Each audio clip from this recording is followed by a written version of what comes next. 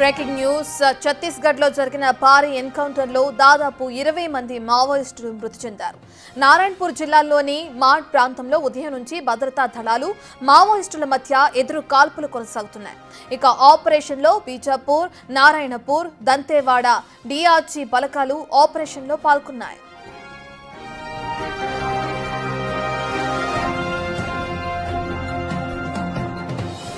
దీనికి సంబంధించిన పూర్తి డీటెయిల్స్ అందించడానికి మా ప్రతినిధి భాస్కర్ అందుబాటులో ఉన్నారు. రెడ్ భాస్కర్, ఆపరేషన్ కి సంబంధించిన డీటెయిల్స్ ఏ విధంగా ఉన్నాయి?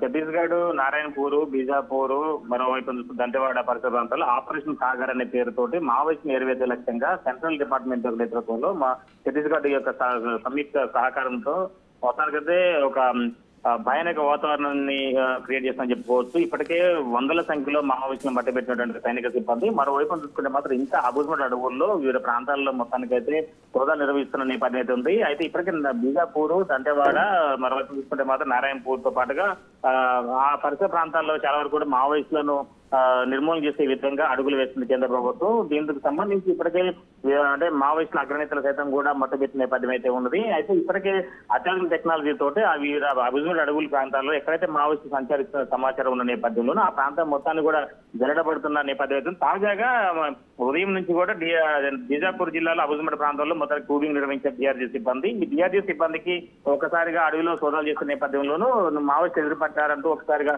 ఎదురుకాల్పుల ఘటనలు చోటు చేసుకుంది. ఫలితంగా 20 మంది పైగా మావోయిస్టులు మృతి చెందారన్నట్టు అక్కడ ఆ నుంచి వదంతులు వస్తున్న నేపథ్యం ఉంది. కానీ దీనికి సంబంధించి ఇంతవరకు ఛత్తీస్గఢ్ ప్రభుత్వం నుంచి కానీ ఛత్తీస్గఢ్ సంబంధించిన పోలీసు వ్యవస్థ నుంచి కానీ ఇంతవరకు ఎలాంటి స్పష్టమైన ప్రకటన లేని నేపథ్యంలోనూ ఇంకా మృతుల సంఖ్య పెరిగే అవకాశం ఉందంటూ కూడా వదంతులు వస్తున్న నేపథ్యం అయితే ఉంది. మరోవైపు చూసుకుంటే మాత్రం ఇంకా కాల్పుల ఘటన కొనసాగుతుంది అనేది అయితే మాత్రం స్పష్టంగా తెలుస్తుంది.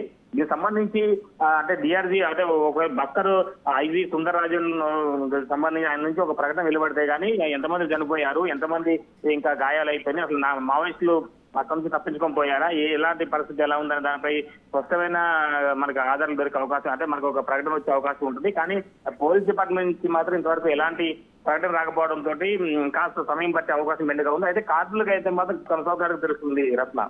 Right, thank you Bhaskar.